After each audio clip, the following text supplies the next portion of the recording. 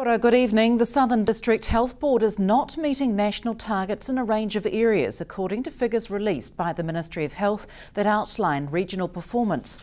Reports show for the previous quarter, the Southern DHB did not meet 3 key national targets, including providing timely emergency department care, cardiovascular risk assessments and smoking cessation.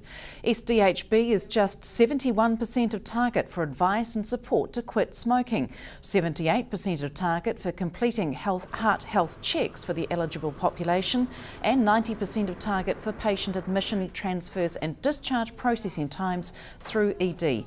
However, within the past quarter, the Southern DHB is 6% above target for approved access to elective services, with a record number of hip, knee and other elective surgery operations performed in the period. The value of export goods fell 3.3% in July compared to the previous year, led by a fall in pine log exports. $3.7 billion worth of goods were exported in July. That's $125 million down on July 2013. It's the first fall in exports after 10 months of rises. Small increases in milk powder, butter and cheese exports were offset by larger falls in other commodities like pine log exports. Meanwhile, imported goods also fell, down $221 million or 4.8%. The trade balance for July 2014 was a deficit of $692 million or 19% according to Statistics New Zealand. Changes to the Local Government Act will see the Invercargill City Council taking a more informal approach to the way public can reach out with ideas and suggestions. The changes have meant that we don't have to do everything in such a formalised way where you get a written submission and then the person comes in and talks to the councillors, and a lot of people have found that quite daunting in the past. So we're hoping to make a more user-friendly version of consultation and engagement. So what that means is that now people can still do that old formal kind of way and still come in and talk to council and write us submissions, but we're also accepting comments on our Facebook page, a quick email to policy@icc.govt.nz, and basically just taking comments rather than formal submissions and putting those into the council's decision-making processes as well. It is hoped that people who haven't been involved in the past will feel more comfortable to let council know what is and isn't important to them and what they'd like to see the council doing. We are engaging on our significance and engagement policy soon, and that will be the opportunity for people to tell us what things are important to them, how they want to be engaged by council, what methods work for them. So instead of us requesting that people come to council, we're going to be getting out there and going to people and consulting and engaging in a way that's more meaningful to the general public. Mrs. Short says the new style of consultation is already underway. Public are able to comment on 3 financial policies, currently via Facebook or email. Jessica Smith, South Today News. The Invercargill City Council has brought in the Safer Journeys strategy in a bid to reduce crashes and make the roads safer for road users. 3 Southland councils are combining to attend a workshop in early September to bring another level of training to stakeholders.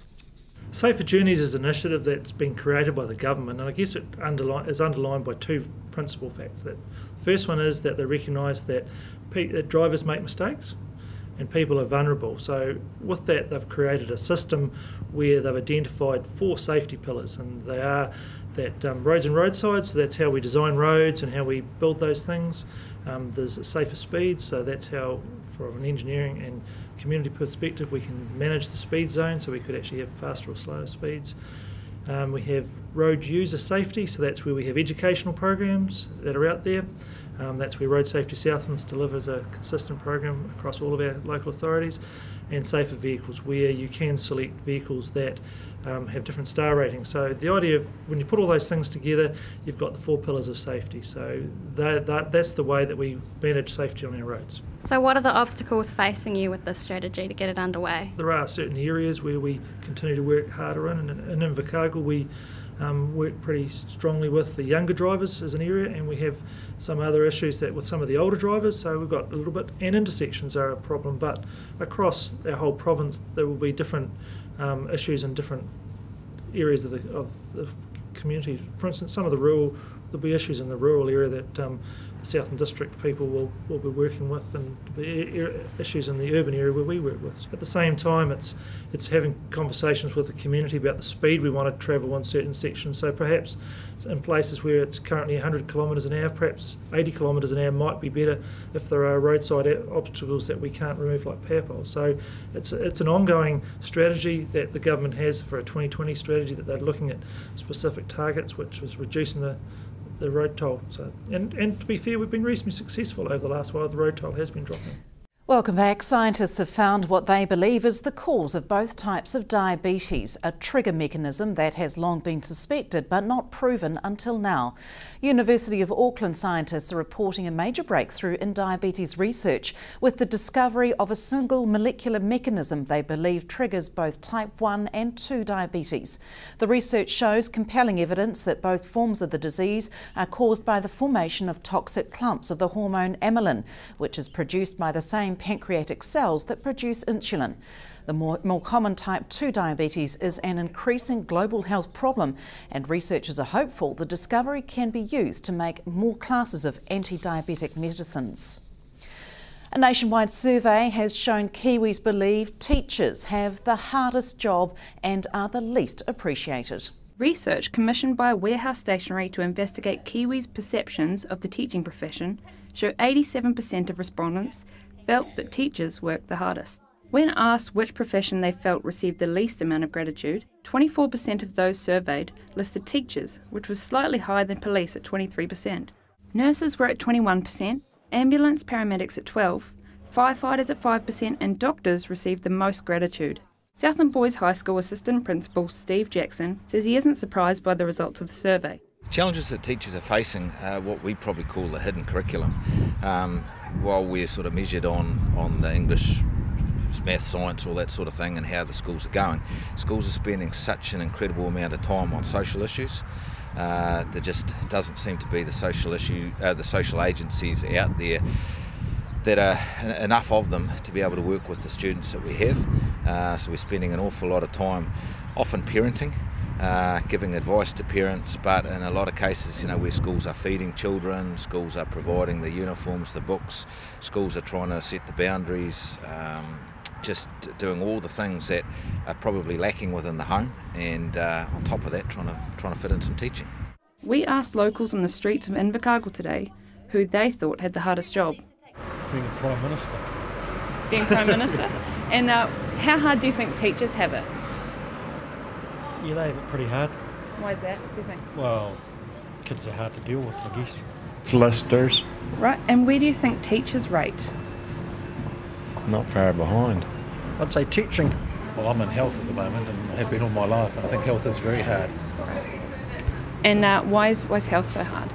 Because the expectations of the patients are always going to exceed the ability to meet them in terms of funding, in terms of people have very high expectations of what treatment they're going to get. Well, I think they have a lot of problems to face, and things aren't like they used to be. Children don't seem to want to sit down and behave themselves, and so it goes on. I've got a niece that's a teacher, and I hear enough from her, so yeah. The news wasn't all bad for teachers though, with 66% of people saying they've had a teacher who has had a positive impact on their life. Sharon Rees, South Today News. Invercargill City Council is looking for young people to act as advocates for the city's youth by giving them a voice. Student Lee Richardson has been a youth councillor for 2 years and lists perseverance, ideas and people skills as being useful in the role. I spoke to him about what's involved. So when I first went in there, I was a bit unsure of what the whole process was, but as you get to know everybody, and you've got Mary Napper there who's with the council and sort of shows us what to do, we get involved in lots of different activities and just help out in the community. Can you give us some examples of what they might have been?